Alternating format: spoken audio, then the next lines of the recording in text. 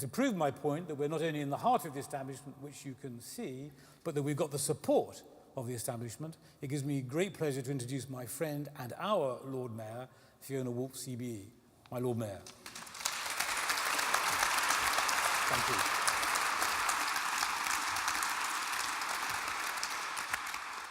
you. Ladies and gentlemen, welcome to Guildhall for an afternoon of affinity and audacity.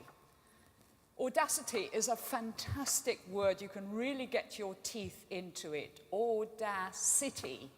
And you'll see from the red that we're really city-focused.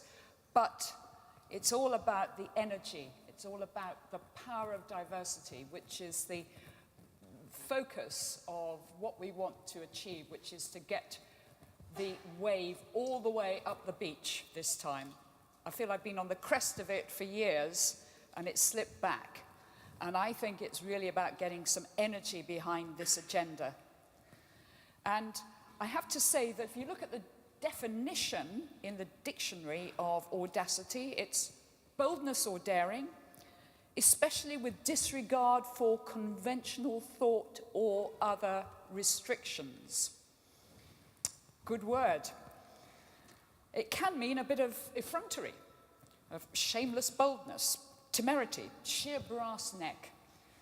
But for us today, it means being brave enough to see something new, a fresh perspective, championing those with novel and interesting things to say.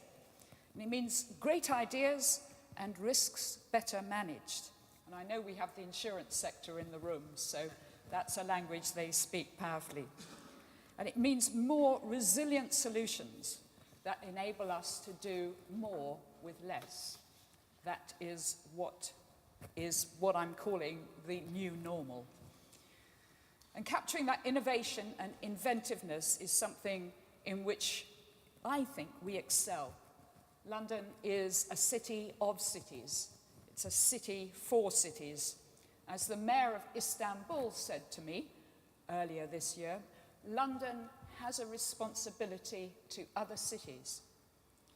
And there's so much going on and so much that's exciting as we map out a more responsible, more inclusive capitalism, which takes its rightful place in serving and not ruling society and the wider economy, of financing investment, creating jobs and growth, and taking care of people and planet, and benefiting society as a whole. And this is a capitalism committed to, and not just including, but also making the most of our human capital, and not just financial capital. And it's the heart of my mayoralty, and especially how we are not just diverse, but actually how we capture the benefits of difference. Now, we've made huge progress, but it goes without saying that we still have some way to go. And you can't argue with the facts. You know, women on the FTSE 100 boards recently topped 20% for the first time. That was regarded as a huge achievement. But around them, 25% are non-executives. But if you look at the number of female in executive roles, the top executive roles, well, only 7.2%, which you would not expect in the 21st century. Because it's actually 100 years ago when women really entered the workforce in significant numbers, the start of the First World War. It's one of the reasons why TfL are running the year of the buses, because actually they wound up with actually more of us on the buses that year. So now is the moment to push the wave the whole way up the beach and capture those benefits of diversity. And of course it's you, the leaders and the keepers of the talent pipeline, who will lead the way. Because you all know the value of diversity, you get it, you champion the cause in the workplace and across organizations, and that's what we're wanting to achieve. It's across organizations, creating networks of networks, so that you know that you're not alone or just talking to yourselves. And we know the vast majority of senior leaders are actually signed up to the idea, and they're on the crest of a wave, but we know that they need help because actually diversity is everybody's responsibility. And my sense is that quite a lot of us in the middle of the organisations, I include myself in that as well, are just actually terribly busy doing the work, trying to think out where the next job's going to come from, and quite like to go home at night.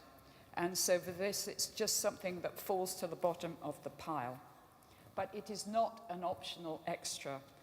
It's a business necessity, and we need diversity of thinking for the new ideas. We've got lots of challenges, and behind every challenge is an opportunity. And we have to stay competitive. So, today, I think, presents us with a fantastic opportunity to map out how we can help that talent to rise, and by convening an affinity group of affinity groups, if we can call it that, a group of groups that can collaborate creatively to write the manifesto that Ken mentioned, so that we can hold up high a symbol of the city's commitment to not just diversity, equality, and inclusion, but audacity. So thank you all for coming and for what you will achieve. You will achieve it this afternoon.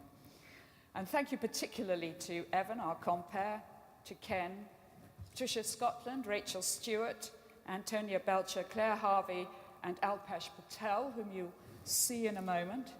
And thank you to our audacious partners, sponsors EY, National Equality Standard, Thomson Reuters, Instinctive, Crystal Interactive, and Women in Wine.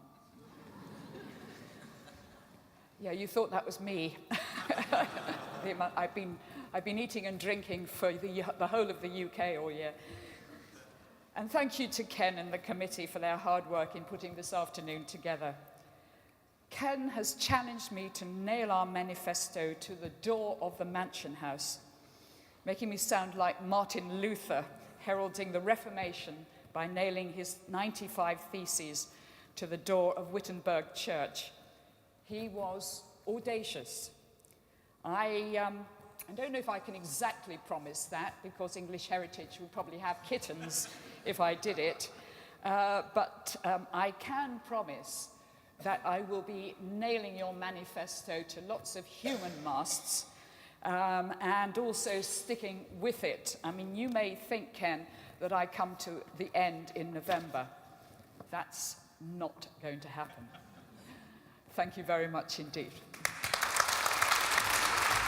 Thank you.